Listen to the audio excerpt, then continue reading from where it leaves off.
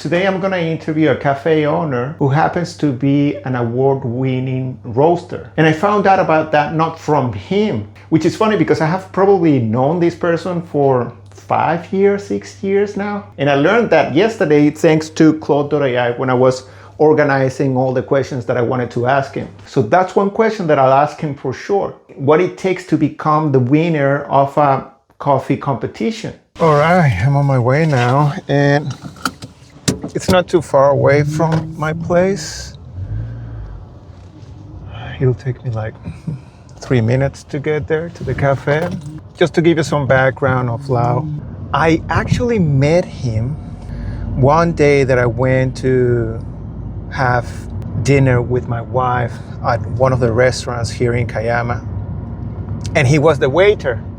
And when he came to take our order, I picked a South American accent. That's when I asked him, "Hey man, where are you from?" And he said that he was, he said that he was from Argentina, but he lived in Peru as well. I think the last country he lived in before coming to Australia was Peru. And I remember at the time, he was talking about opening a cafe here in Kiama.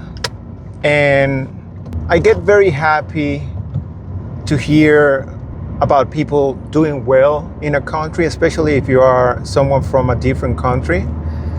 And that's one of the main reasons why I wanted to talk to him today. I made a deal with him that we needed to speak in English, of course, but that's not gonna be a problem because he's pretty good. And he's a chatter, like he could talk for a long time, and I am as well. So I think we're gonna have a good conversation, and whatever comes out of this podcast, the whole purpose of this podcast is for me to film the owners of a business talking about their story, about how they started and what got them there and the challenges that they have had in the past, and all the things about running a business and what you learn from running a business. So I'm very pumped. Also, one of the things that I can say about this business is that he's roasting his own coffee, and I really like his coffee. So I'm one of his clients. I've been buying his coffee for over a year, maybe 2 years now, and I want to talk more about his product because the town is pretty busy today, I can see. All right, let's start, man. Like, this is it. Perfect. Welcome, Lautaro. Well, thank you for having me here. Thank you. Yeah, it's been great. I think I'm having a lot of fun. So tell me about where you grew up. I grew up in Lima. Grew up in Lima. This was early 80s. Born in 84. I don't have a lot of memories when I was a kid. Really? Yeah, not a lot of memories. Scattered, the times when I grew up back in the 80s in Lima, they were rough times. There was a lot of terrorism. In Peru? In Peru, yes. All right, I wasn't aware of this. Up till the 90s, in Peru, it was pretty crazy times. There was two big terrorist movements attacking the city where we were. I grew up in Miraflores, but back in the 80s, we had curfew. No one was out on the street after, I don't remember. I was little. Yeah. This is crazy. We were living in home like we were living in a prison. Wow. We had cell, like a... Yeah, it was a cage. We had 3 doors, and then the front door, and they were barred? Yes. My dad had this custom-made sliding... metal cell gates. Gates, like all the windows were barred. All the windows were barred. You were able to climb onto the roof of the house, right, just because it had a pattern, and you were able to go up and get on the roof of the house. And was this the norm, like in there? Yeah, all the houses were barred. We had this procedure in the afternoon when it was dark. We were closing all the access inside the house and putting pins and padlocks, which this sounds crazy if you think that Lima is a seismic place. Yeah, true. We had earthquakes, but we were locking ourselves inside the house. It was fact. You know, like now that I think about it, when one of the things that I'm really grateful is that in Australia, the earth doesn't move. Yeah. You know, like, and I had experienced a few. Like in Peru, my last one left me done with them. You know, but I grew up with them, and it's normal. You go like, oh. So during this time when you were living in this place, which was pretty much jail, did you experience any earthquakes while being there? Yeah, and being but you don't up, and then you're like, no, you don't try to go out. You just wait. It's gonna pass. It's all right. You know, like worst case scenario, you get under the table. This is what they teach you. You know, just get under the table. Door frames. Yeah, door frames. You know, like that's normal. But back in the 80s, these terrorist movements were hitting the city and putting car bombs. So car bombs were quite common. Wow. You know, they were blowing towers, electricity towers. So blackouts were a daily thing. Yeah. So we had candles on hand. You know, blackout, candles, boom, boom, boom. You know, like that was it. You know, like every single time. My dad used to sleep with a shotgun standing. You know, Terminator shotgun? Yeah. He had that one right next to the bed. If you were putting the hand under his pillow, he had a Magnum. Wow. Yeah. And then he had a little pistol that he used to sneak into my mom's purse every time she was going out. And I remember dinner time, my dad was on the table. We were not allowed to say a word because that's how he was, you know, like, and I understand, I have 3 kids, you know, that blast, you know, through dinner time. But he used to, at the end of dinner, you know, he used to tell me, go bring me my gun. And he used to clean the gun after dinner. And it was the longest walk from the bedroom to the table, holding the gun, pointing up to the roof, you know, like this, sneaking your hand under his pillow, feeling the cold metal, you know, like picking it up. And he used to have the shotgun there, the gun under the pillow. And every time we used to go out for dinner on Sundays, that was a family thing. So he used to take us to pizza. And when we were coming back, I remember, you know, like we were not allowed out of the car. He used to park the car in front of the house, open the garage, get inside, check the entire house.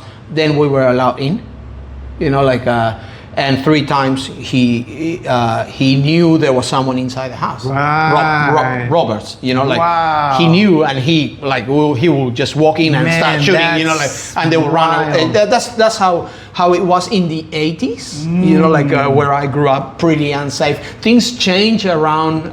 There was a Japanese Peruvian president, Fujimori. Yeah. Yes, very popular, controversial. He did a lot of things wrong, you know, but was he communist as well? No, he wasn't communist. Okay. He was all about business. I remember his name. Yeah, I remember Fujimori. Very controversial. He did a lot of things wrong, you know, like. But I remember that from he was elected twice, so he was about 8 years in power. Yeah, okay. You know, from the time when he went in the 90s. He just cleaned up. Well, I remember we stopped locking ourselves inside the house, and my house.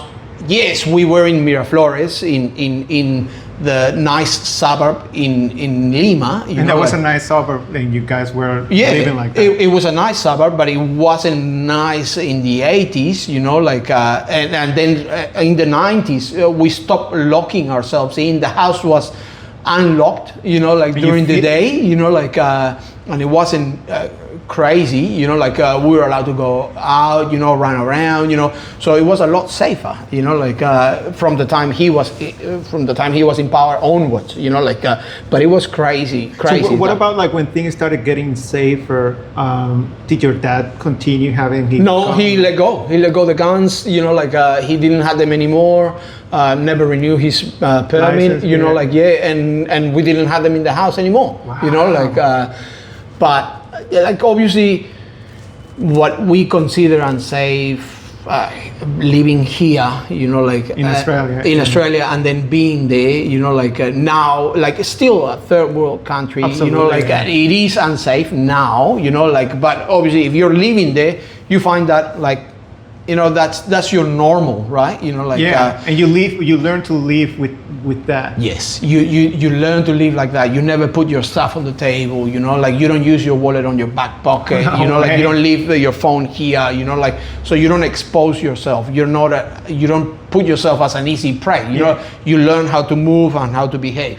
I think if I go there, probably now I will get robbed, you know, like, and I did get robbed a couple of times, you know, like, but I was really being silly when it happened, you know, like, apart from that, it's always been fine because you know how to behave. You Absolutely, know, like, you know which places to go as well. where not to be, you know, what time, absolutely. you know, go this way, not that way, you know, like that. So, but I guess that's great of Australia. You know, we live in a safe place, you know, like where we don't have to worry about, you know, like what's going to happen to you in the next minute, right? Yeah. So we can focus on other stuff. Absolutely. You know, like, and that's what I want, you know, like for my family, you know, like I want, like, we had 1 foot here, 1 foot there, you know, like when I moved to Australia, the first 2.5 years, I think I wasted them because I thought, oh, no, we can go back. So right? you were always thinking that you were going to go back? Yeah. I was having interviews for work, you know, like, and for me, it was like a holiday, you know, being here for the first 2.5 years, which is a long time, you know, like if I knew, you know, especially when you're young, right? Like 2 years feels like, you know, like I was, if I knew things were going to play, like obviously, you get married, and what happens after you get married, right? You know, like you're gonna have children, you know, but they were not in the picture. My wife always said to me, I don't want to have kids, and I was like, I'm happy with that, you know, like, but things progress, you know, like, and it's the norm, it's normal, you know, like, but. The first 2.5 years, we had kids after being married for 3 years. So the first 2.5 years, I was like, oh yeah, we can go back, and we went back. I went back many times. I had interviews. I was chasing a job in the airlines over there, and it was just a matter of time till it happened. You know, like, but when she said to me, "I'm pregnant," that's when I went like, hold on, let's stop. You know, like. One thing is you, right? I will go back, you know, I will go back to that life and those, that way of living. Yeah, I can go there, you know, like, but then when you think, oh, I'm going to have kids, you know, like, and where I want them to grow up, I said, no, this is a place for them to grow up a lot better, you know. But like, before we go into like when you came here to Australia, when, like, you were going through something that it is interesting to me, because in Venezuela, I grew up in a place that was super safe.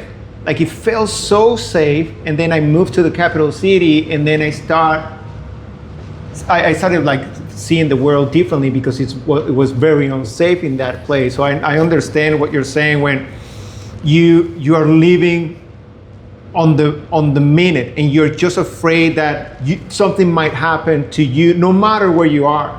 Even if you go to the bakery shop, you're just like looking around just in case someone is going to rob you. Or even like I used to live in a building, and we had this electrical gate to enter, and I had to wait for the gate to open completely, go inside, and then be very close to the gate. So no one gets in behind you. Exactly. So at least I have time to reverse and get out of the gate. So it's so different. Then you come here to Australia, and I remember it took me a few years for me to be okay with leaving my backpack in a different spot where I wasn't.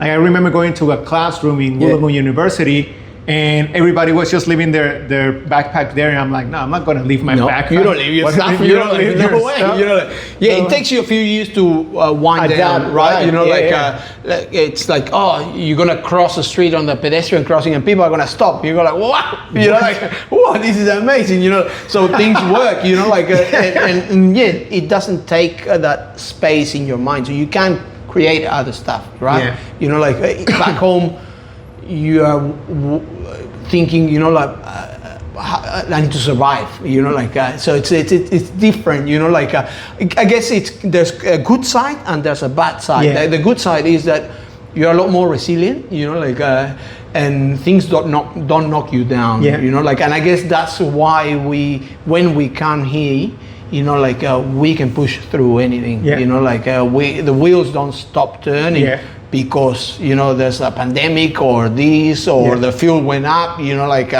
we keep on going, Yeah. right?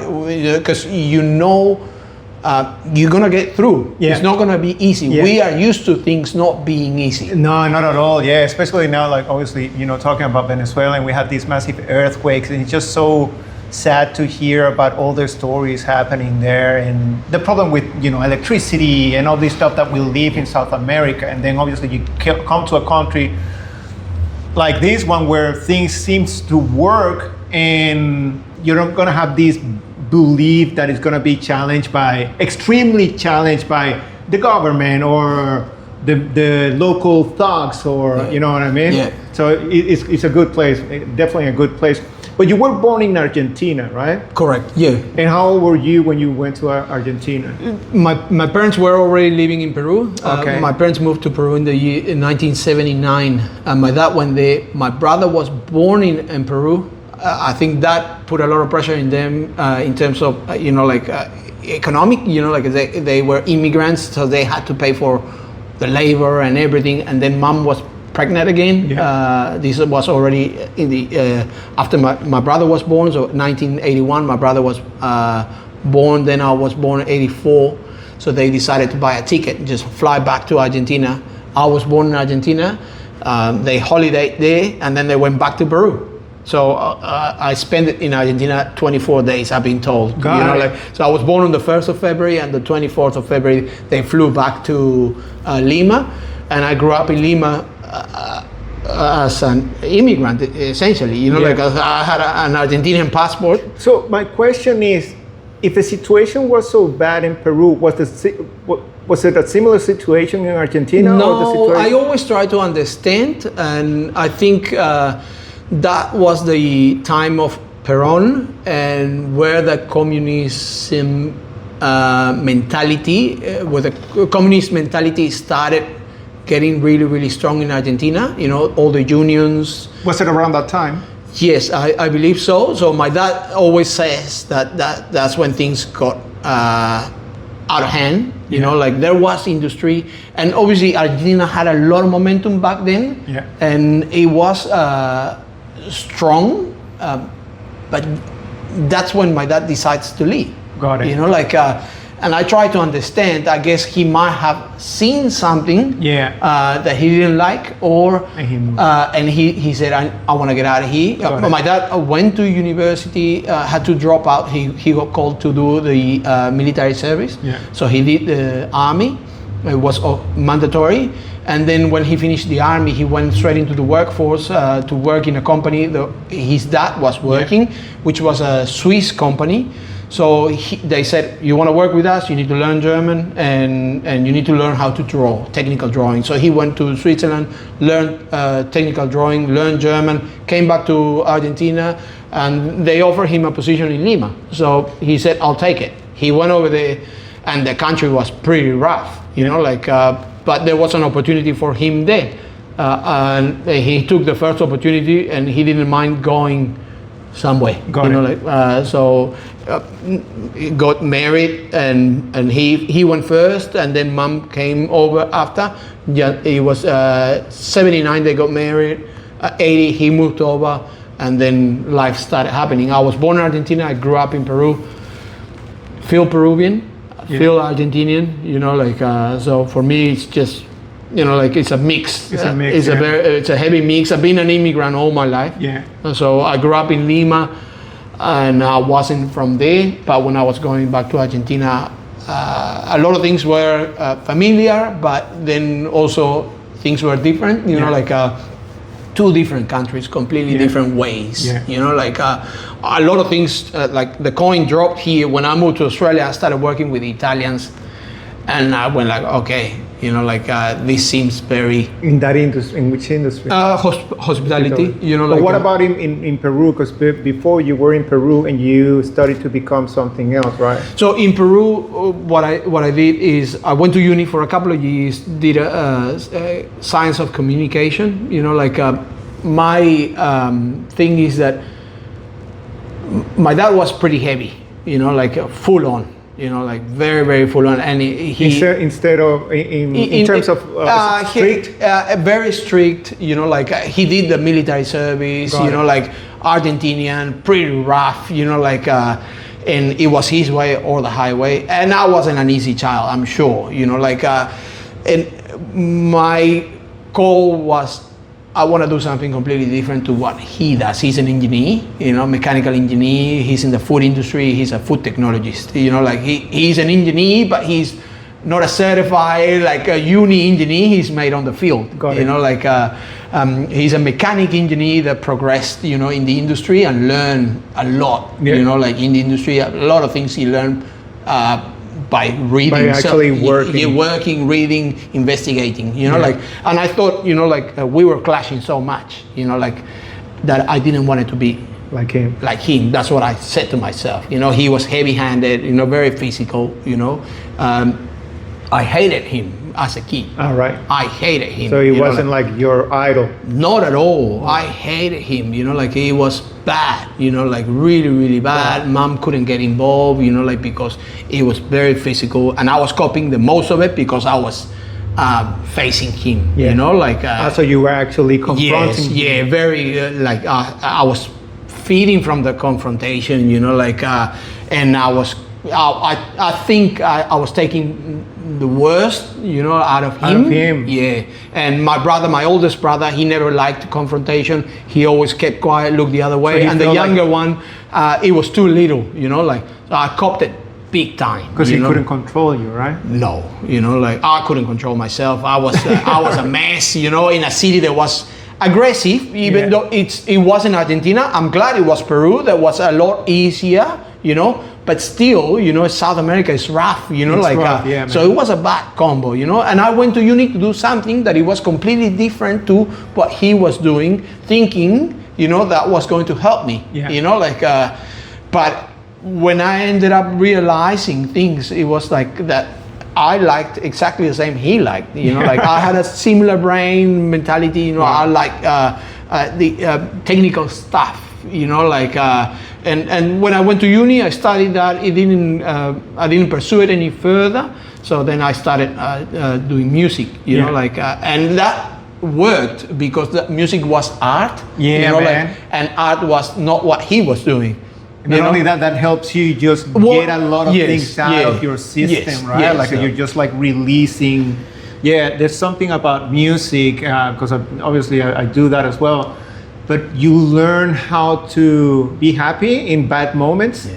Does that make sense? Yeah, and you can express yourself, And you- which I was bottling a lot. You know, I was Exactly. bottling a lot. You know, like I was going to school, having issues in school when I was young. You know, like because I was too aggressive, because I was bottling all this stuff that was happening at home. My dad used to smack me Yeah. before dropping me to school. So you can imagine, I was already landing in class, and I was like ready for a fight. You know, like so I grew up a very physical way and express myself physically, you know, like not the right thing to do, Yeah. you know, like but I didn't know any better.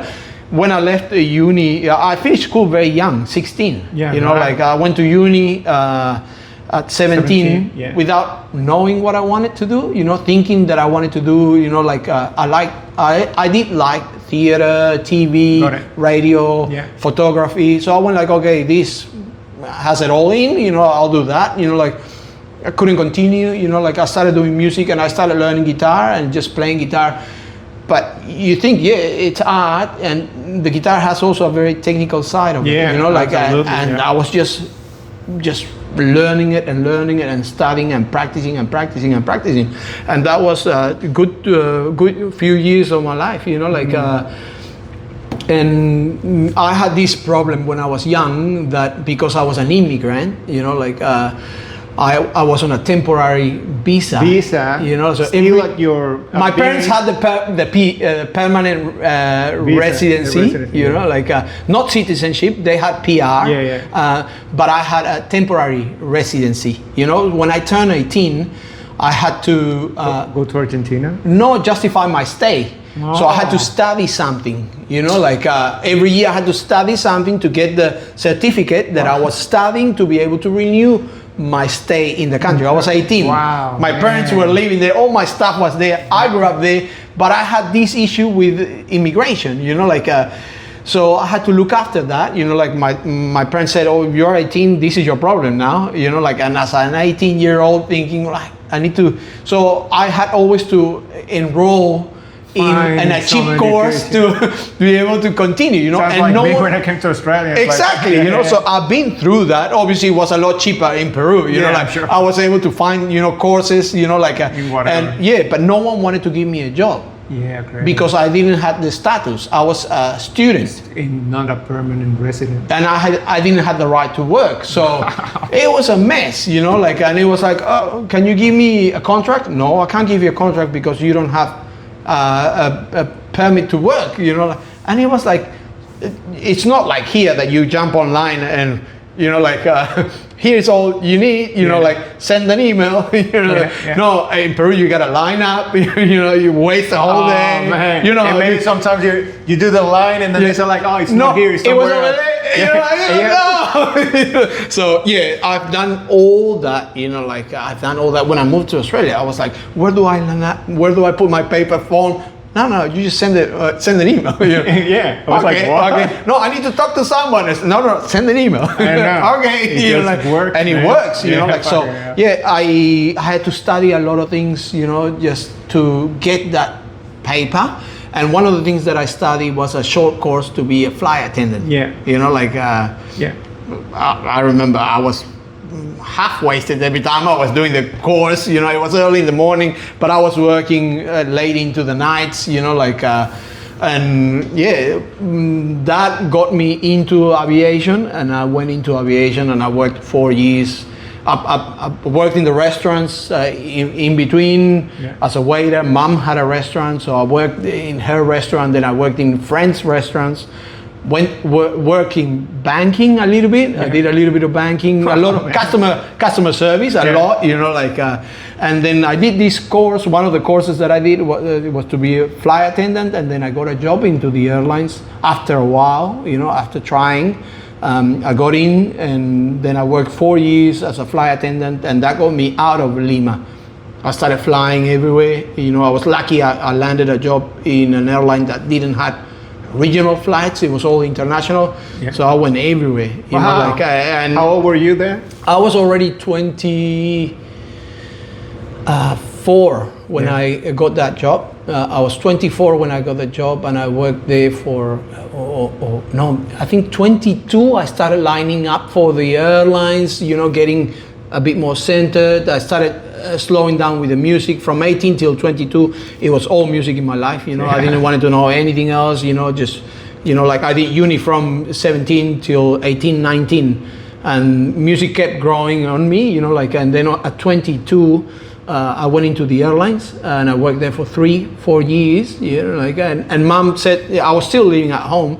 Mom said, look, do whatever you want with your money, you know, like, if you're gonna study, you're fine, you know, like, otherwise you need to help in the house. And I said, okay, you know, like, so study or put the money at home, right? You know, so I started putting my money into flight training to be a pilot, you know, like, I never dreamed to be a pilot, you know, but Mom said, you know, why don't you do that? You know, like, they need pilots.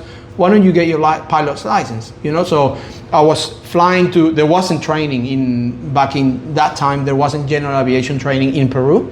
So you had to go overseas to train as a pilot. Where do you go? Well, I was already flying overseas, you know, like, so I was using my flights to Buenos Aires to go and do flight training, you know. So I put Buenos Aires as a favorite destination because I was going to see grandma. Yeah. You know, so I was going there, and I was going to see grandma, but I was also going to train. And I got my license in Argentina. I did all my flight training in Argentina, and when I finished, instead of going back home to Peru, I moved to Australia. You know. And why Australia? Well, I was already going out with my actual wife, you know, like so. So where do you meet her? We met when we were, it was between 11 or 13 years old. We were young, you know, like we used to spend summers in the same beach in south of Lima. Yeah, right. It was a little island called Pucusana, and we used to spend the summers there. And that's where we met. She moved to Australia when she was 15. Got it. And she always went back. She got a job, you know, like started earning some money here, and she was taking a break and flying back home. And we were always catching up, you know. Always like, dating when she was back? It was a couple of summers, you know, so it was a bit of a summer love, you know, like she was always going there during summer. So it worked really well at the beginning, you know, like, but then the last time it happened, we really got hooked up, you know, like, and she flew back, and I said, don't worry, because I was working on the airlines, I had tickets, and I said, I'll be there in a month. So I put my request for a holiday, and I flew to Australia, and I spent 24 days here. Initially was 21, but my return flight got canceled, so I ended up staying 24 days in Australia. This was back in 2009, I believe. You know, like went back after being here. You know, like I remember my father-in-law asked me what were my intentions. You know, he was pretty clear. But I didn't. I said my intentions are formal. You know, I didn't say I want to get married. You know, or this or that. I said like I'm just serious. You know, like I didn't know what else to say. So I said I'm serious. You know, like but yes, things just happened really, really fast. You know, I went back home. This was February. By July, I had resigned. You know, like, and I went to Argentina, and I finished my training in Argentina, and then I moved to Australia. So 2010, I came to Australia. I had my license, my pilot license, but I wasn't sure if we were going to stay here. You know, like I was thinking, no, we're gonna go back home. I'm gonna get a job for the airlines as a pilot. They were needing pilots. It was crazy. Like here, the industry in Australia, if you want to get into an airline, you need to build up 4,000 hours. You know, like you need to spend $100,000, and you need to build up a lot of experience. But back in the day, you were fresh commercial. You were getting into the airlines because there was no pilots in Peru, and it was growing so much. You know, like Lima it's in a key position in the map, and it was a hub. You know, like so everyone was stopping there. So the aviation in Peru was growing, but they didn't have that. They didn't have general aviation training. So everyone had to go overseas to train and then come back. You had 250 hours of experience, 250 hours, and they were seating you as a co-pilot in an international flight. You know, it was crazy. I went like, that's what I'm gonna do. You know, like, but to be honest, I was having a lot more fun as a flight attendant. You know, because actually flying. You know, like you like for me, it's like I started the book from the back. You know, and I knew the ending. You know, like. So I went into aviation, and I love to operate a machine, you know, like I love to operate a machine to a level of degree, you know, like a precision, you know, like I love that, you know, like to be an operator, I love it, you know, like so technical, you know, like you gotta feel the thing, you know, when you're flying, small planes are nothing like big planes, you know, like big planes, it's like a bus, you know, like and I was seeing the pilots in there, I was getting into the cockpit, always, you know, any opportunity to come in, so I was coming in and offering them coffee, actually. You know, like, so I was coming in, talking to the pilot in command, co-pilot, hello, do you want a coffee? Yeah, we want a coffee. They were always saying yes. So I was bringing a coffee, just hanging around, a few jokes here and there. And then I was looking at them, and they were just sitting there. If they didn't like each other, they were in deep trouble. You know? They were just sitting there, locked in this tiny little, you know, cockpit, and they were just there, you know, like, but then I was able to go to the back, and I had 150 passengers, a crew of 5, you know, staff. And I was just having fun with everyone, like I was just talking to everyone, joking, like going with the trolley and offering drinks, like I was loving it, like people were like, you were able to profile I was profiling everyone, like it was like, this is Argentinian, this is Colombian, like straight away for the accent, picking up straight away, yeah. And for what they ask and how they ask, where they're from, So I was just having fun with them and taking the piece a little bit, like it was a lot more fun. And I was like, look, I gotta study something. Mom said I gotta study, so I'll do this, which didn't feel like studying. There was a little bit of theory, but there's a lot of flying, practical hours, which is fun, and I was having fun in aviation, and I went. Everyone dreams, like with that international job, right? I went into the airlines and I went in straight on to international to fly overseas, stay in hotels, and I know how good is all that glamour and stuff. Like you gotta eat a lot of crap to get there. Like the rock style. Yeah. But it's different, no? It's in here you gotta do a lot of stuff in between, and I went like. I already done that, when I moved to Australia, I converted my license, went through all that travel, retrained pretty much, and I was flying skydivers here, and I go like, wait, Hold on, do you want to check if that's playing still? It is, yeah. Cool. Yeah, keep going. So I said, like, what am I doing? Where am I going? I already been there, and obviously I had to reassess when our third child was coming on board, I went like, look, I don't want to go away, So were you flying when you had the first kid? No, when we had our first kid here in Australia, I was working in hospitality. So when did you finish being a pilot? You resigned when you came to Australia. When I was working as a flight attendant, I resigned, went to Argentina. I finished my training because I had a few hours. I had a private pilot's license, and I was building hours to become a commercial pilot. So I went to Argentina, finished my training in 2009, finished my training at the end of December, lived there for about a year, and I finished all my training, and I moved to Australia in March of 2010. So I moved in 2010 and I got married straight away, I came here, my mom was pissed off, she couldn't come, everything happened super fast, so I got married, and then our first child didn't come till 2013, so 2010 we got married, and I was just working odd jobs here and there. I did everything. I moved to Australia, I was cleaning toilets in the bus depot, I did study English. I called Mom, I said, Mom, didn't I went to an English school? And she said, yes. So I don't understand anything. The people are talking to me and I don't know what they're saying. It's hard. You mean the accent, right? The accent was so hard to it was for me process. As well. It was like, I don't get it. So I didn't want to talk to people. I wasn't very comfortable with my English. Yeah. So I was just doing odd jobs here and there where I didn't have to talk to anyone. I was cleaning toilets, cleaning showers in the bus depot.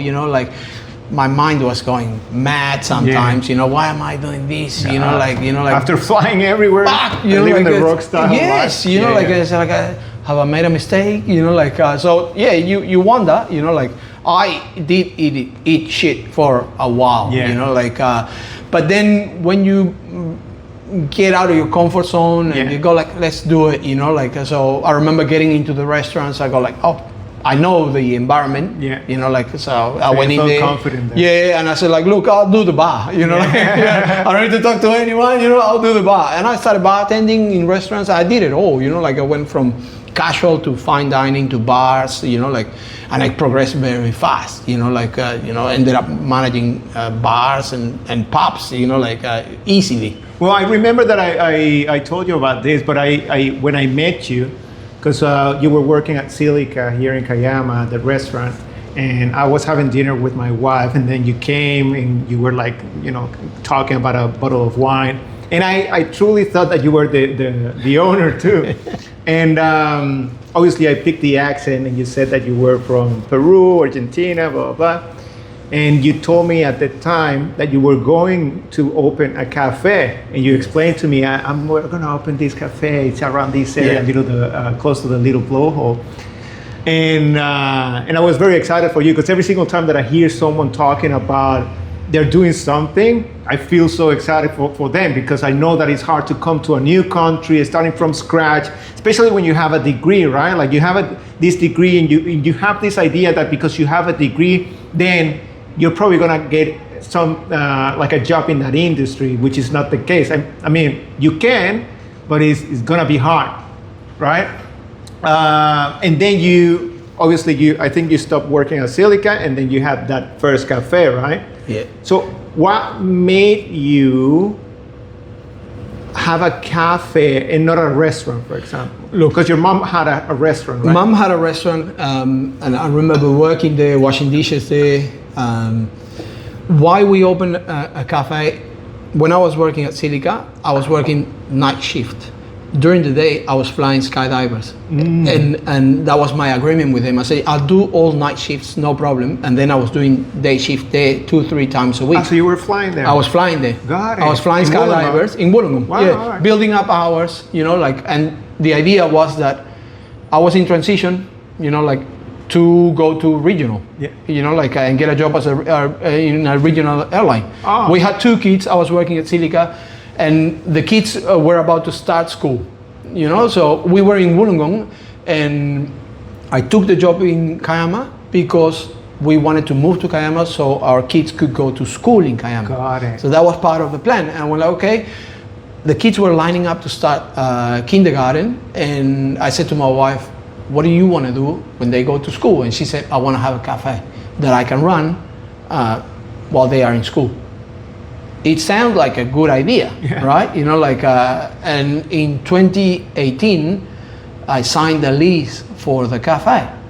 And the next day I signed the lease, we go for a walk around the headland on the little blowhole, and my wife starts crying, and she says to me, I'm pregnant again. And I was like, wow, and she was not in a good space. She started crying. She said, I don't want to have another kid. I thought we were done, and it was, that was the turning point for me. I was flying in the morning, doing the restaurant at night, signing the lease, we already had the lease signed, this is going forward, and now this is happening, so that's when I just grabbed my headset, my license, put everything away in a really deep corner in the closet, and I said, okay, that's gonna have to wait or maybe not happen at all. Right. And I put it aside. And you just focus entirely. And I forgot about it, and I just left it there, training, keeping up, flying. It's very expensive, we already had 2 kids. So I went like, okay, so we opened the cafe. The first year we had the cafe, so from July 2018 to July 2019, I was still doubling up, but I changed the flying for the cafe. The idea was that I was going to set it up, leave it up and running, and then she was going to take over. And you were going I was going to go back flying. Wow. So it was supposed to be a few months, 3, 4, 5, 6 months, but we started from scratch. We did the entire build. My brother helped me out. We did everything. We started up, and we did our first summer. We opened in, I think it was October, November. We started trading. It was a strong, heavy build. There was nothing there, and we started trading. We did our first summer. We did very well. We did broke even within months because we didn't invest in anything. I think we put $20,000 to build the cafe. We did a lot of work ourselves, and we broke even very quickly. But then straight away, we were not making much. We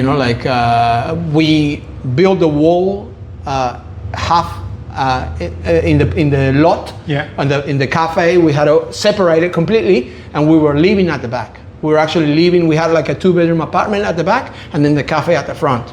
That didn't last long. We started picking up a little bit, but the real boom was when COVID hit. Just before COVID hit, I bought a a roaster, and I started roasting coffee because it wasn't massive. We were not doing a lot, you know, like I was just relying heavily on the organic growth of the shop. I wasn't promoting a lot on social media, you know, like I was just focusing on working the cafe. So slowly building up, but it wasn't busy. I was doing 20 orders in a day, you know, like on a weekday.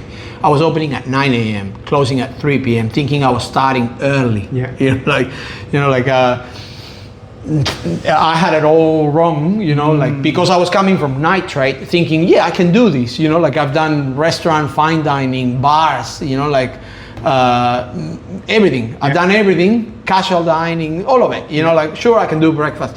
Completely different beast, you know, like it's a different part of your brain that works when you're doing breakfast, you know, it's like busier too, right? Busier, faster, the memory side, it's different, you know, like I used to go take a table of 4, no notepad. I used to take the order, you know, like, no problem, you know, like, but the pace is different, you know, the speed, you know, like, this is a different breed, you know, like I thought I was going to be able to do it, you know, like it took me a while to get the hand of it, you know. I was opening, like I said, at 9 a.m. thinking I'm doing breakfast, you know, like 9 a.m. is okay, but I don't start any later than 5 today, you know, like, and if I start at 5, I'm sleeping in, you know, like, so I've learned and I changed a lot through the years, you know, like thinking, you know, like, I can do this. It took me a while, you know, like, and one of the things that we put in place, because I wasn't seeing it, you know, like it was like, this is not working, you know, like I have a good week,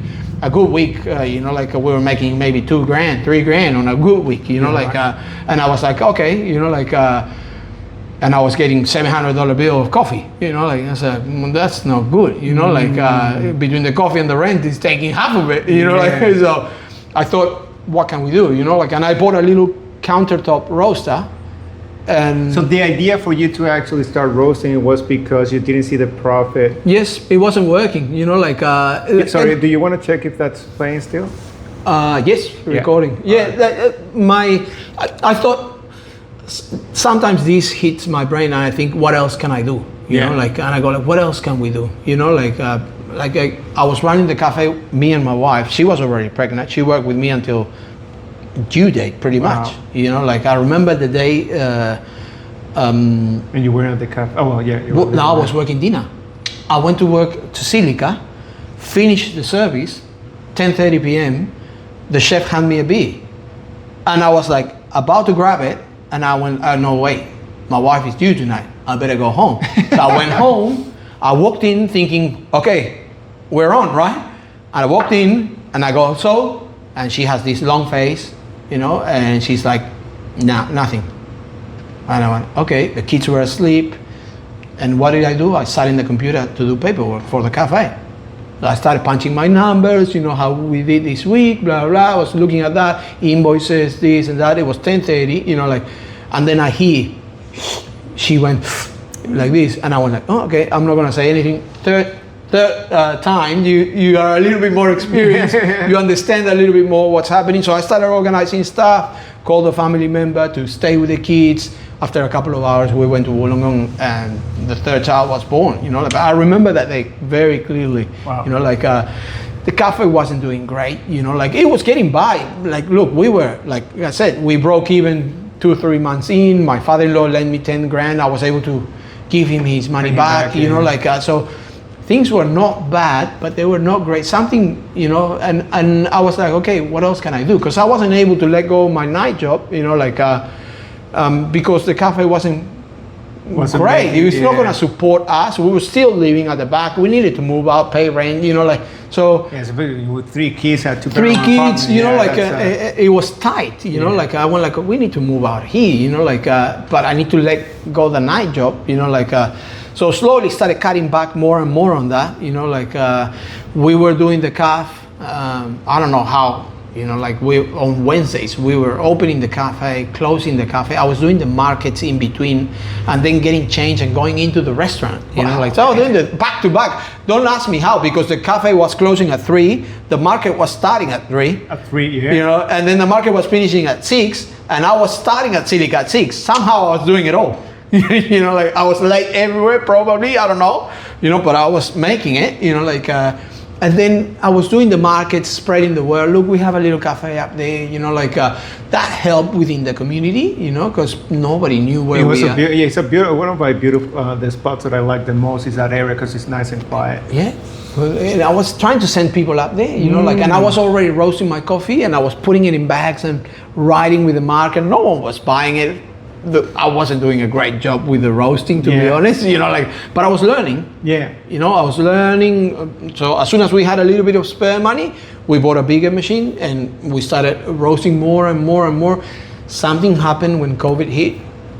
I don't know what it was because there was too many things in line, you know, like I remember the day they said we were not allowed to seat anyone at the cafe. From today, 12 o'clock, you need to take your seats out, the government said, you know, like, and now I had this image in my head of the door closing. You know, like I said, how are we gonna do this? I'm gonna close the door, you know, like, and a fellow colleague that runs cafes, he was sitting there writing on a notepad, writing things. I don't know what he was writing, and I go like, mate, what's gonna happen? What are you gonna do? You know, like, I'm, you know, like stress, drowning, you know, this image of the door closing. We were already paying rent. We had moved out of the back of the cafe. Yeah. So how am I gonna pay rent? You know, the kids, I'm thinking, you know, like, and he says something to me, you know, like, he says like, we need to get through this. Not many people will, you know, like, we need to come out on the other side stronger, you know, like, he says that to me and I go like, this guy is younger than me, you know, and he has the drive, you know, like, and there's something that he's saying that is true, right? You know, like, and I remember, you know, I go, if someone had a camera that day, you know, like, I started stacking the stools, taking them around the back, putting them away. Then I come back, the cafe is completely empty. I'm looking at all this floor space and I go like, what do I do? You know, like, so I grab my phone and I called Trisha from the market and I go, Trisha, I got this empty shop, you know, like, why don't we fill it up with produce? You know, like, and, you know, like, there's a risk that the market might get shut down, you know, like, why don't we use this as an outlet for people to buy stuff from the market? I don't need anything, you know, like, and I was losing money selling tomatoes and stuff, you know, like, it was horrible, you know, like, but people were buying a cup of coffee, you know, like, and they were lining up. I had to let go of my crew. It was just me.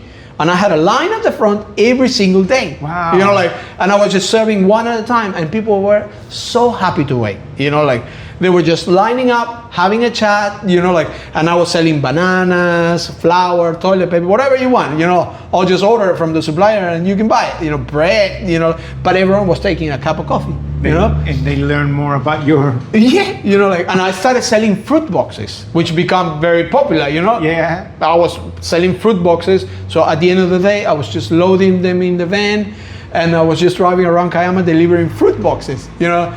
And I'm going like, from pilot to veggie guy, right? You know, man, you know, that's like, pretty amazing. And I'm thinking, you know, like, wow, you know, like, and so I don't know exactly what it was, but we went from 20 orders a day to 120 orders a day, you know. I was already roasting the coffee. I don't think I was doing a great job, you know, like, but people started coming, you know, like, and the shop was completely different. It was a convenience store. I remember, you know, like, when we put our permit, we did a change in use from the cafe, and my wife wanted a general store cafe. So we put this application onto council to have a general store cafe. So when COVID hit, I didn't close the door a single day. Wow. We stayed open because we deem ourselves as essential. Man, you know, like, that's so good. So we were like, no, wait, we're a general store. You know, like, so we filled it up with produce and we didn't close a single day. I think there were no cafes open in Kiama, you know, like... at that time. I thought that Kiama had cafes open during the lockdown, but now they will. Penny Whistler's was open because he was selling eggs and bread, Got it. you know, like, So he had and coffee on his own, and I was doing the same, you know, like, so it was just the two of us, you know, like, and we, like, he was quite determined, you know, like, and somehow I got fired up, you know, inspired, and I went like, oh, let's do this, so good, you know, like, man. and through all the COVID times, I don't know, like, I never experienced staying at home and being locked up and not You were just working from home. No, for us, it was like business as usual. That's a great lesson for life as well, especially when you're going through crazy times like that.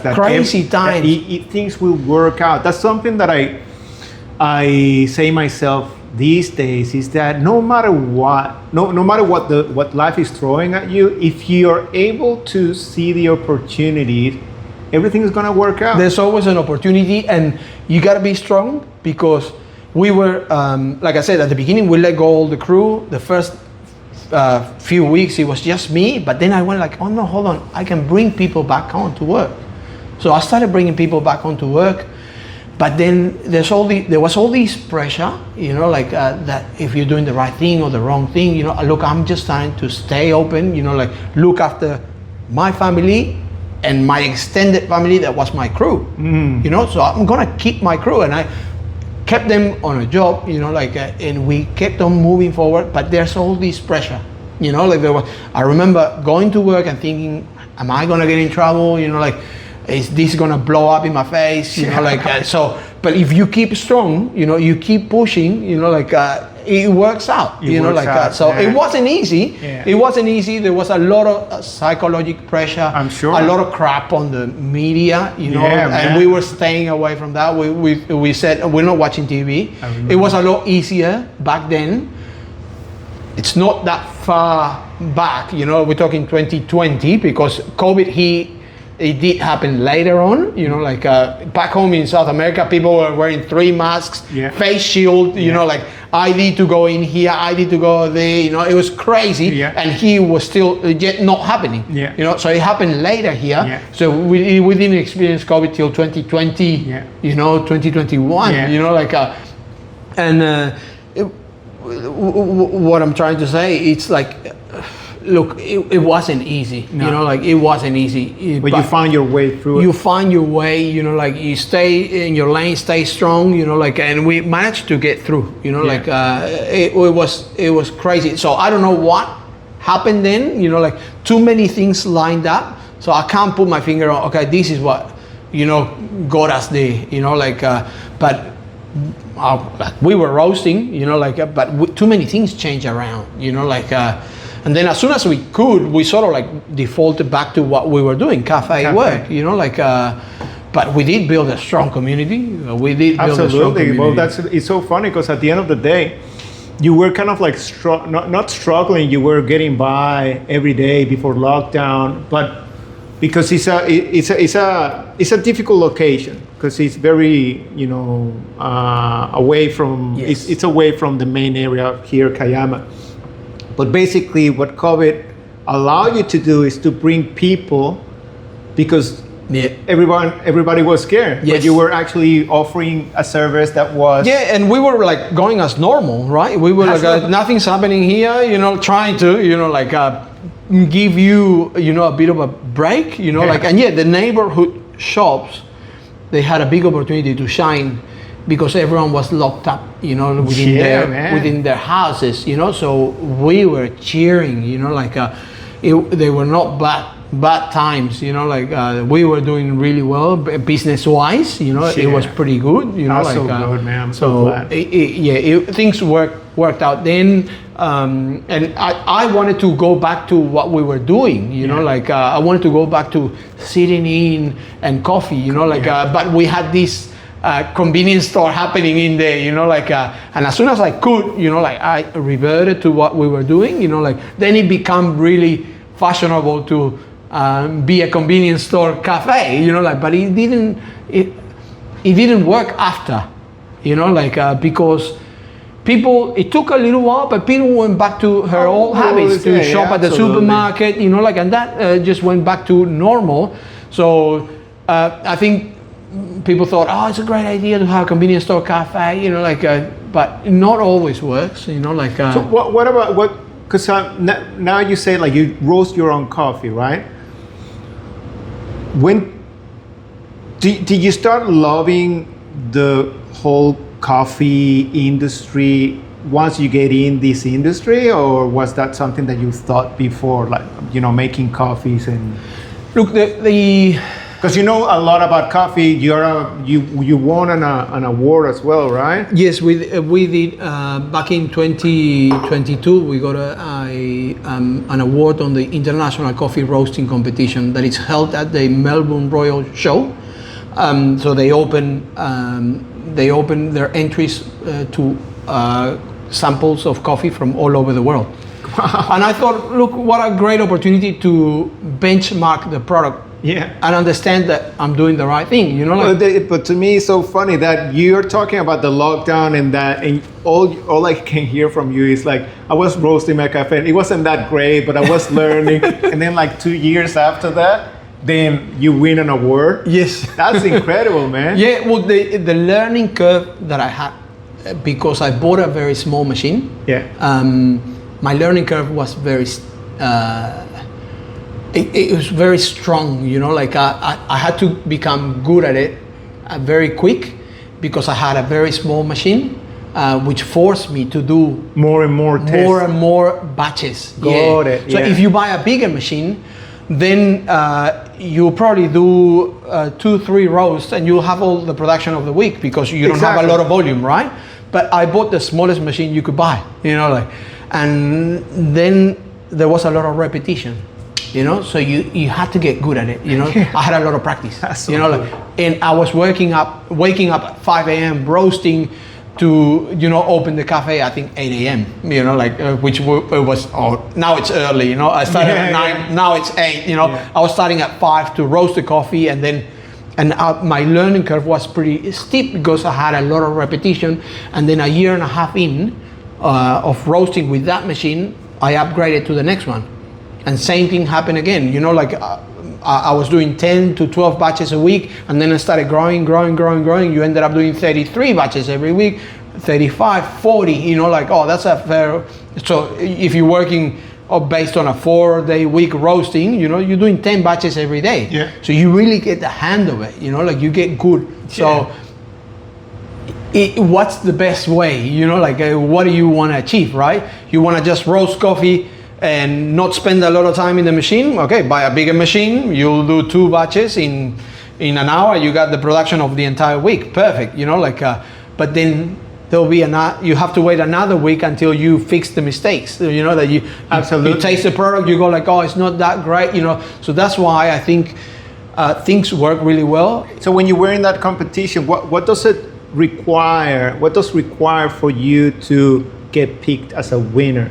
What do they see? So what you do is you roast your coffee like you normally roast it, you know, like, and you send it in a blind just a pack with a number. Got it. And they judge it. You know, you enter different categories. What I learned of that competition, I was very modest, I guess, you know, like, and I went, okay, I'm gonna put this house blend, you know, I'm gonna put it on coffee with milk, and then I'm gonna put this single origin Colombian coffee on espresso, you know, like, and that's what I entered. I entered 2 coffees, and we got 2 medals. We got a silver medal on coffee with milk out of 750 entries. Wow. You know, like there were not many silvers, you know, like, and there were big names there, you know, and then we were there, you know. I was like, what? You know, I can't believe it, you know, like. That's so good. In the middle of nowhere in Kiama, little blowhole, roasting on this tiny little machine, we land that silver medal, you know, like Campos, Toby's Estate, you know, big boys, you know, that have years, you know. I was lucky because when I started roasting, the industry was pouring a lot of information into the internet. Yeah. I was just roasting. The guy that sold me the machine gave me a cheat sheet and a couple of bags of coffee to learn, you know, like. So what do you mean at the time you started? When I started was COVID, but a lot of information was hitting the internet. There's not many books. You can't go anywhere to learn how to roast. Got it. There's no, it's like cheese making. Yeah, you don't go to uni to learn. Like, there's no institutes. You know, at the time, I remember, where can I learn how to roast? There was a coffee roasting school in Minneapolis, Minnesota. I said, I can't go there. I'm not going there. You know, like, where can I learn? Books. There wasn't many, and there was this guy that had a book, and COVID hit, he was on a lockdown in a hotel room. He was in lockdown, and he opened up this Facebook group, and it was a one-on-one teaching how to roast. Right. It's a great guy. Sitting in his hotel room with his laptop. What do I do? He goes like, what do I do? I can't leave this room for 2 weeks. Yeah. So he opened this Facebook group, charged everyone $100 US. Like, we were lots of us in there, and he was spending a little bit of time with you one-on-one, looking at your roasting profiles and fine-tuning them. And my roasting went to another level. I had his book. He said the first thing to do to enter the course, you got to read my book. I said, I already have it. I already read it. But he worked one-on-one with you and polished your roasting. And you were doing that with him. Yes, and a lot of information was hitting the internet. So there was it was a breaking point for roasting, because there was a lot of old roasters that were doing things one way, and then there were all these new era coming, so it kind of draw a line. It was the old ones that were not willing to take on all this new knowledge. Yeah. And then there were the ones, and I came in at the right time when the knowledge was coming my way, and I went like, oh, this is the way to do it. So I've seen other people roasting still the old way. But there's clearly two different ways of roasting. Right. The old way, the old way is exactly around that mark. Yeah, I went in where there's a lot of information, computers, a lot of stuff, happening, and if you jump on it, you are in control of your product, big time, and you can replicate. How do you feel when you got that award? I remember clearly. My wife was putting the kids to sleep. We were in the house. We had no furniture in the house. Just moved in this craziness of moving, and buying the house. Super stressful times. I'm in bed. It's night time. I'm gonna go to bed. And I remember that I entered the competition, and that the results were getting published that day. So I opened up the email, and this massive list, and I start scrolling, and I see silver medal on espresso, the single origin Colombia from Little Earth, and I'm like, wow, over the moon. But then I go like, wait, hold on, sorry. That's so good, man. Yeah. So I see the result, and I go, oh, we got a bronze medal on espresso, great. I said, no, wait, we entered 2 coffees. So I keep scrolling, and I go to the section coffee with milk, and I go see Little Earth there, silver. And I jump out of bed, and I start running around the house. I remember there was nothing in the house, so I was able to run up and down. And I was not screaming, but I was screaming internally because everyone was in bed. I was like, wow, I can't believe it. I was over the moon. I don't think, again, I'm not great at promoting it and pushing it. Not many people know, but for me it was a really big deal. Life has been very busy. It's something I want to do again. I want to enter the competition. I did learn a lot. I learned that if a coffee is good, in one category, you can enter it in many categories. It's expensive, but you will get the awards. If it's a good coffee, espresso, it will be a coffee it will stand out with milk too, so. I learned a few things, but it was great. It was great. I'm sure it was. So now going back, I know that it's been challenging for you, but what would be the hardest lesson this business has taught you?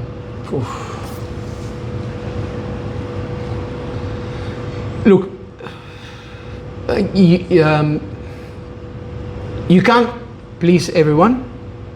You can't do everything. You tried? I did. Yeah, I did. I did stretch myself too much. I tried to do everything. I tried to please everyone. I tried to say yes all the time, and sometimes you stretch yourself too much. When you say yes, what? Give me an example. Yes to supply, for example. People go like, I want to buy your coffee. Yep, no problem. I'll be there. You need a machine. Here you go. This, that, and then it doesn't pay off. They get the coffee, they get the machine, they get your support, and then you go like, oh look, I'm doing a lot of running around, for not much. It's not worth it, so you can't please everyone. You can't say yes to everything. You can't stretch yourself too thin. Yeah, it's like you stretch yourself. You're stretching yourself too much, and then other areas start flaking. Yeah. So you gotta remember why you got in. What made it possible. When things got scary, that interest rates started going through the roof. I said to my wife, with this mentality that we have, I said to her, we're gonna get through. It doesn't matter what it takes. I will get it done. So I need to open another cafe. I'll open another cafe. 2 is not enough. I'll open a third one. Now, if I look back, probably I would have made the first one more profitable. Which you can. Yeah. Now right? Now I know. If I go back in time, I would have made that first cafe more profitable. Got it. I would not be where I am right now, in this location, we were lucky we were able to turn around a situation, because at that time we had one cafe. I was doing wholesale, things got really expensive. My mortgage went through the roof, I was nervous, and I went, okay, open another cafe. And then I stretched my resources very thin. And I remember when you started here, that was in construction, so there were not many people going to these areas. We were leaning on the other one to... so you actually started here in the worst time. Not necessarily in a similar situation as that one, but basically you weren't getting the clientele because this was a construction site. It was horrible. Everything was wrong. People were telling to me, they're telling me, you made a mistake. I'm thinking I made a mistake. I don't say it, but I'm thinking it. And you can't say it, right? No, you can't say it. It was my call. So I'm telling my wife, which is my business partner, I'm telling, we're gonna make it work, but I don't know if we're gonna make it work. We're leaning on one shop to get this one going, which it's a way of doing things. We manage. But we had to let go something. She was running that, I was running this, and then doing the wholesale at the same time, and it was too much, so sometimes you gotta go, okay, but you not always know. Right. I reacted, You just have to adjust. You have to adjust. Learn how to adapt. Yes, you gotta learn how to adapt and always keep that positive mindset. And absolutely. That will get you out. We turn a bad situation into a good situation. The mindset is so We important, sold the most profitable cafe, cashed in, banked in, put all our resources in the shop that wasn't really trading well, and we got it up to where we wanted to. Okay. You can't do that again. Possibly you could, right? You could go, okay, I'm gonna open another store. When this one starts picking up, I let this one go, cash in. You could, you already done it once, why not, right? Yeah. But if I look back, I would have made that shop more profitable rather than going out, because based on what you know now. Yeah, it did suck a lot of resources. Mentally, it was very stressful. We were not able to put out a good product, good service, because you're not able to be everywhere. Yeah. So rather than having one good cafe, we went down, I think the level of service, the quality of the product of our first shop went down, and then our new shop wasn't able to pick up because we were not there all the time, so we were not able to raise that, and one thing, starting from scratch, opening a shop where there's nothing. Yeah, so you build your reputation, which is great, but if you take over something that is already existing and already has a reputation, it's like to turn that around, it requires double the effort than to start from scratch, to move a boat, to steer in a different direction, it takes a fair bit of effort. Yeah. We took over this shop, they didn't have a great reputation, and to try to change that wasn't easy. It will take you as much time or more than starting from scratch. So how has being a business owner, going through all the things that you have gone through, how has that changed you as a person? Is there something very evident to you that you are right now that you were not before you went through these experiences? Wow.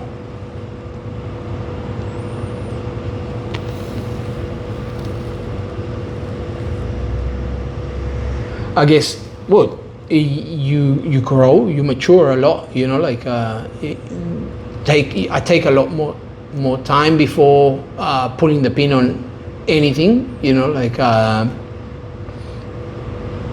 assess situation.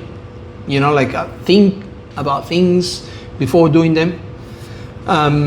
Before I was a bit more, I guess, improvised. Reactive? Yeah, very reactive. You know, like I try to plan a lot more and put things in place. You know, how are we gonna do this? You know, are we able to do it? You know, so I sit down now. You know, like after all the stuff that I've been through, we go, can we do it? Before I thought we could do anything.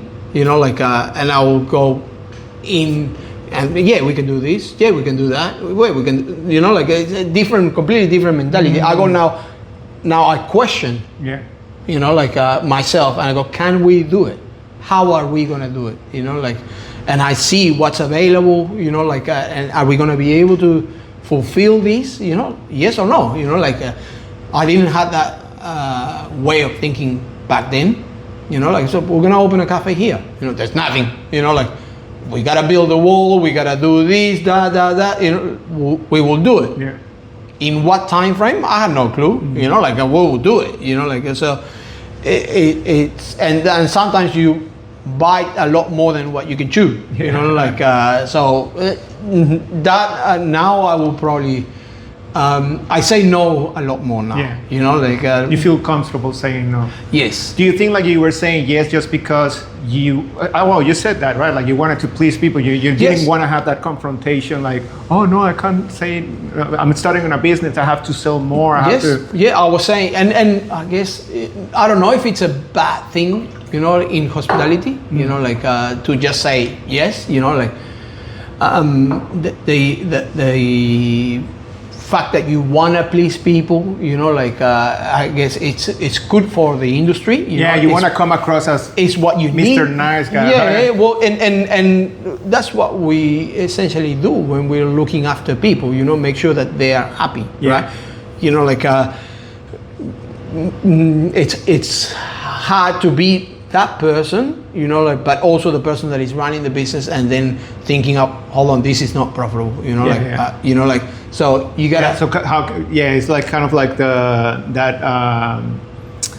what happens when you are in the airplane if the mask comes out, like you have to help yourself first. So if you're not happy, if you're not actually functioning the way that you should function, then you can give that right service, a good service to the other person. Yes. No matter how much you're willing to do it, but if you're not in that mental space, you will not deliver. You know, like so sometimes you gotta say no. You know, so that's something that has changed. Yeah. You know, like so. Look, I'm very happy. You know, like I'm very happy at the moment. You know, because you put value to the stuff that you do. You really put value to your product, your service, you know, your knowledge. You go like, no, you know, like this is what I do, this is how I do it. You know, there's a reason, you know, like so that's changed. Before, you know, like I was just saying yes and going where the wind was taking me, you know, like which I guess it took me where I am right now. You know, like, but yeah, you look back and you go like, okay, you know, like I'm in a different place now, you know, like let's enjoy it, you know, like slow down and assess a little bit more, right? Spend a little bit more time thinking about things rather than just going like yes, you know, like I will put a lot more questions in front of myself before saying yes to something. You know, like it's good, you know, like it's good. And what about like maybe one of the last questions that I'm going to ask you is what do you want people to feel when they walk into your business? Well, when they come in here, because and sorry to cut you, but because you have put a lot of effort in making this look nice, like you have your grinding machine there, roasting machine. Is it a roasting machine? Yeah, that's a roasting machine. Like I know, I can see what you've done. You have a bike up here, your coffee, your t-shirts. So you're putting a lot of effort. It has a specific style. Was that you? Was that your wife? You have music now, which Yes. I love. I know Yeah. it's because of Pete. I mean, he has contributed to that too. And you love music, as you said before. So, what do you feel? What the feel, it should be homey, but it's not homey because it's more like your garage, right? Where you have a lot of stuff, where you store a lot of stuff, right? You know, like a place where you put stuff, you know, that, oh, I love this, I'm not ready to throw it away, you know, like I'm gonna put it here, you know, like, so you're storing stuff that you treasure, you know, like, and I do treasure a lot of things, you know, like things bring me memories, you know, they take me places, you know, like when you move countries, you're only allowed to take some things with you, you know, like, so some material stuff, you know, like they could end up having a lot of meaning, you know, nostalgia, right? Nostalgia, you know, like value, history, you know, memories, you know, that when you see something, you go like, you know, like I got a siphon up there. The siphon reminds me my grandma's house, Argentina. You know, every single house used to have a siphon with soda water. The horse used to go around and just give you, you know, the gas cylinder, kind of like a soda stream, but back in the day, you know, like, so, and that siphon used to be on the dinner table, you know, every lunch, you know, on the Sunday. So it's family, right? You know, so these little things, you know, like It's like your second home, right? it's that, yes. You're inviting people. Yes, this is an extension of my house. You know, like when people come in, I greet you. You know, like and I welcome you. You know, like and it's like you're coming into my living room. You know, like into my house. You know, like, and I'm gonna treat you. You know, that's what I want them to feel. You know, like they are walking into a real space, right? It's not a magazine. It's not a perfect, clean space, clinical. It's just it has parts of you. Yeah, and obviously the brown, the wood, you know, carries that feeling. I love wood. You know, like I find so hard to throw away a piece of wood, you know, like I will put it aside because I think, oh no, I might need it, you know, I can do something with this, you know, like it's wood, you know, like, so I put it aside, you know, and I'll hold it for a long time before throwing it away. My pop was like that. He had, in his shed, he had wood, you know, so if he needed something, he'll make it, you know, like, that's why I like, you know, like brown, I like wood, you know, like, makes you feel, you know, like good. I know what you're saying. It's just beautiful, and I want people to feel like they are home. You know, like yes, you know, like there's a bicycle hanging on the wall. You won't have that on your house, but but I know what you're saying. You know, like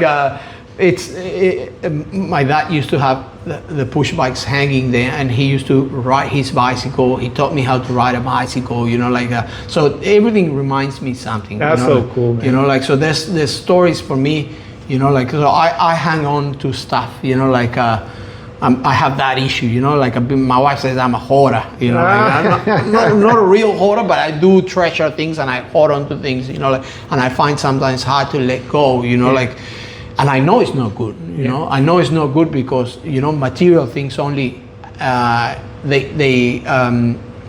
it's like an anchor, right? You know, like they don't let you be free, you know, like, but slowly, you know, slowly. I mean, you've done a great job, man. And well, lastly, where's this thing? So you have the cafes, right? I'm just gonna grab if you don't mind. Yeah. So you got that's the decaf.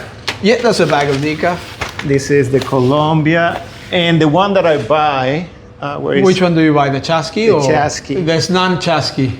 We sold out. Oh, you sold out? Of course you sold out because it's great. And I was telling people we'll be back in stock till next week on Tuesday. I said, I can't wait till then. I know. I got one bag in my house, the Chasqui one, which is the one that I buy. But apart from these ones, like which one Obviously, decaf is for people who don't drink real coffee. Decaf is an amazing product. If you think, like, you go to the supermarket, you won't find a bag of decaf beans in there. I think maybe now there is, Right. you know, like, I'm not 100% sure, but a couple of years ago, you couldn't find a bag of decaf. It was all ground. Right. You know, like I said, coffee that is ground is dead. Yeah. You know, like, so it's actually a pretty good product. We go the extra mile to source the decaf that we serve, and we make sure it's always fresh. You know, like, we roast decaf every week. We don't. I find decaf is a vicious cycle. Yeah. Cafes don't give it the importance. Yeah. You know, like, I have decaf drinkers. I do have regular decaf drinkers. Yeah. But cafes normally, they don't. It's decaf. You know, like, it's not real coffee. Got you know? it.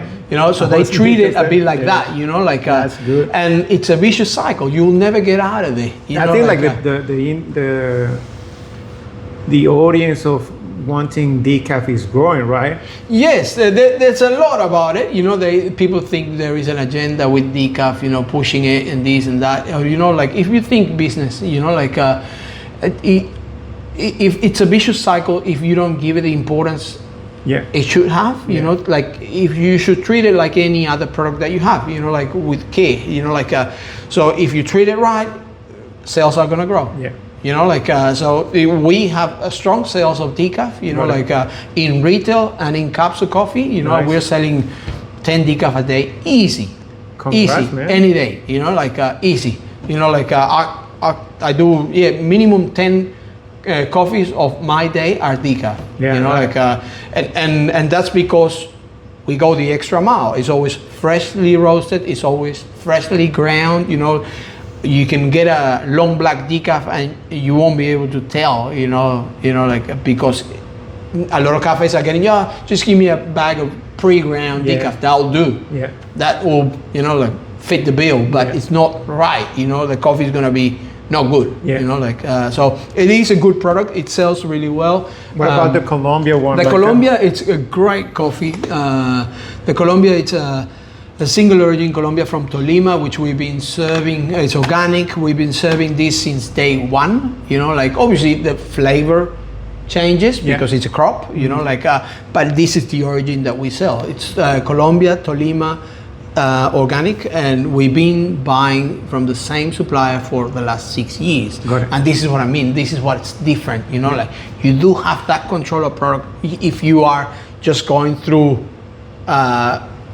manageable quantities. Yeah. You know, like, once you want to grow and it's about getting the product out, you are no longer in control. You know, like, if you're roasting 500 or 1,000 kilos of Colombia every week, you know, like, and then suddenly it's $1 more expensive, you're blowing extra $1,000 every week. Yeah, right. You know, like, in my case, if I am blowing an extra $150 a week on product, I don't care. Yeah. You know, so it's different. Yeah. Right? The price of coffee fluctuates. It's a commodity. You know, like, the industry's changed in the last few years.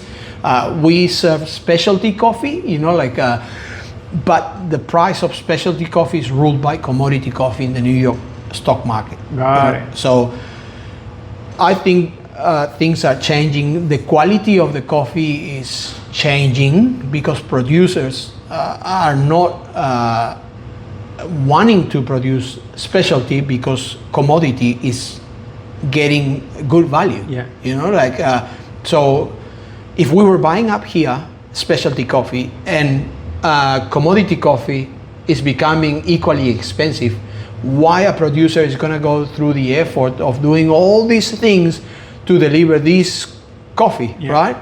If commodity coffee is already getting, so you want it or not, you know, like, the quality globally of the coffee is coming down, you know, like, it's not meeting the demand, you know, like, the world is drinking more coffee, you know,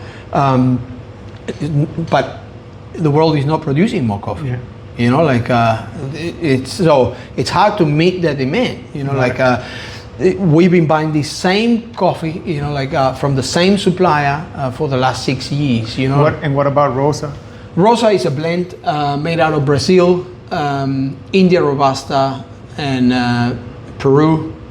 This is our newest blend. You know, it's growing. It's well received. It's a darker coffee, a bit more old school. You know, like and it's well received for all the home drinkers. We don't. We serve it here for the customers that want to try it. You know, like. But yeah, it's their newest blend. It's not a house blend, but it's growing really fast. It's getting good demand, good traction for home. You know, like so it's really good. Our house blend is called Chasqui. That's the one that award-winning blend. You know, all right, so that's the one that won the silver medal. That we serve it here. You know, like.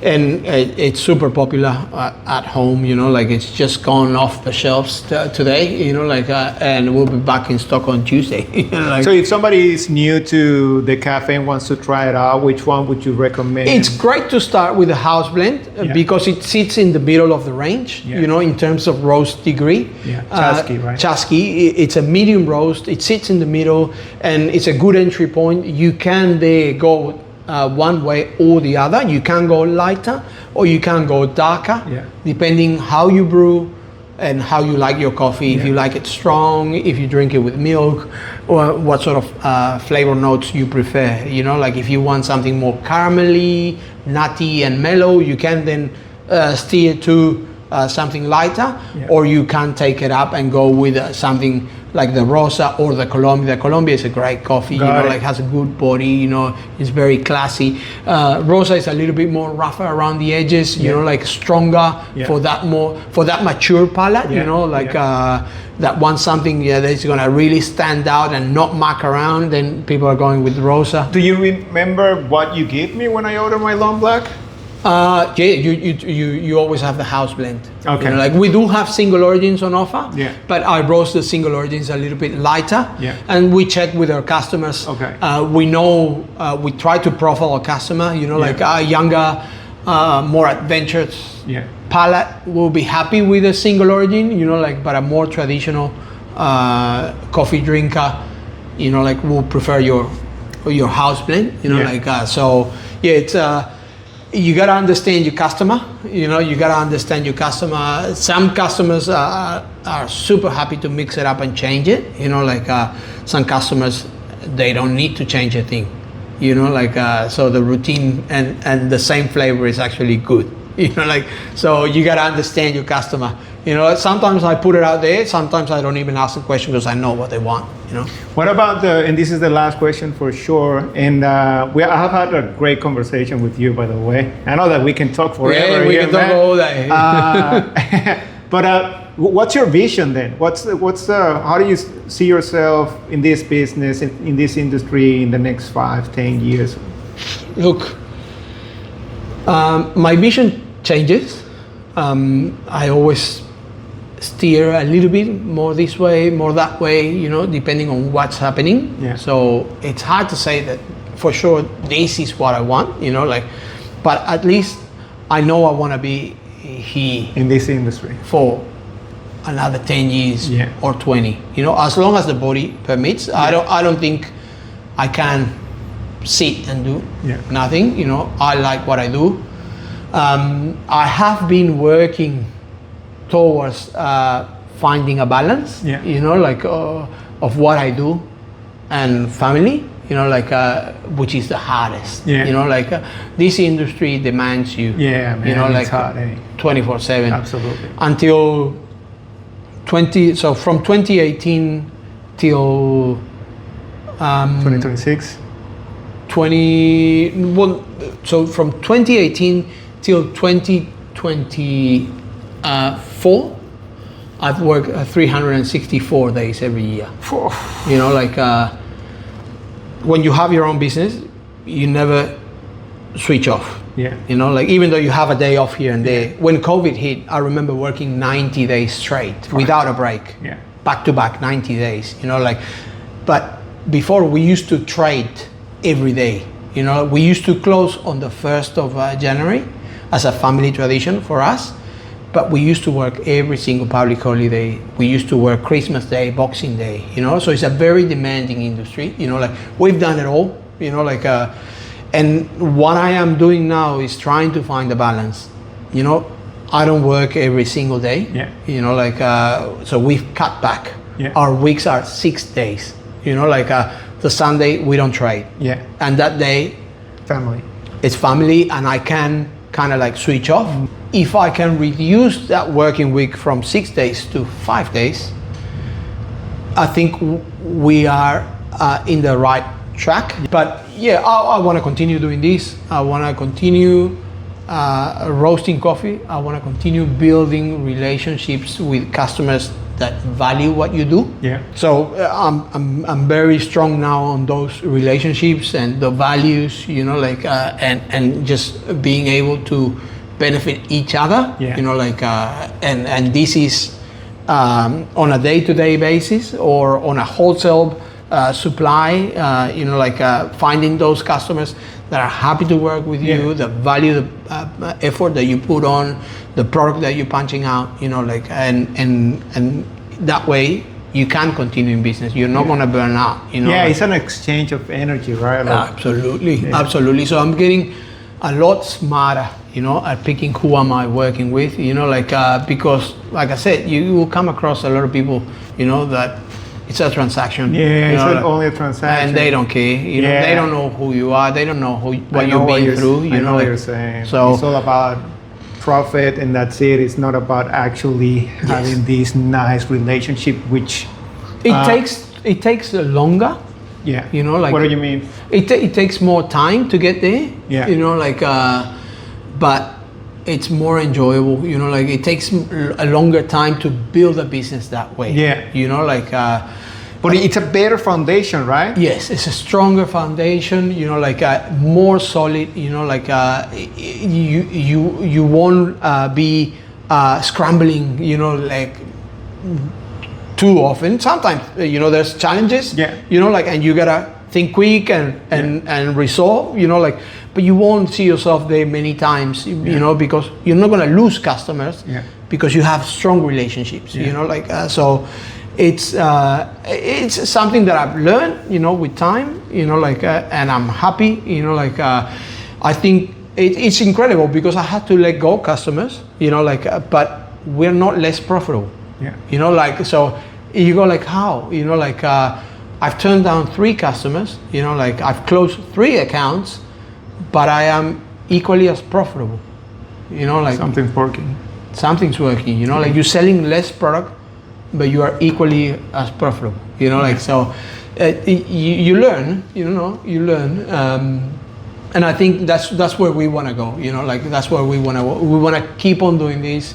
We want to keep on welcoming customers in here, you know, like to have a good time, you know, people that want to just be in here, you know, like have a cup of coffee, spend some time with you, listen to some music, you know, like, and just nurture, you know, like from all the stuff that we have in, you know, like, and then, you know, like recharge, go out onto the real world, you know, like, and do it, you know, like, find the energy, you know, like this is a place where you can find the energy to do it all, you know. Cool, man. All right. Well, thank you, Lau. Thank you very much. Charo. Un placer. Un placer. Gracias. Gracias, Otto. Vale.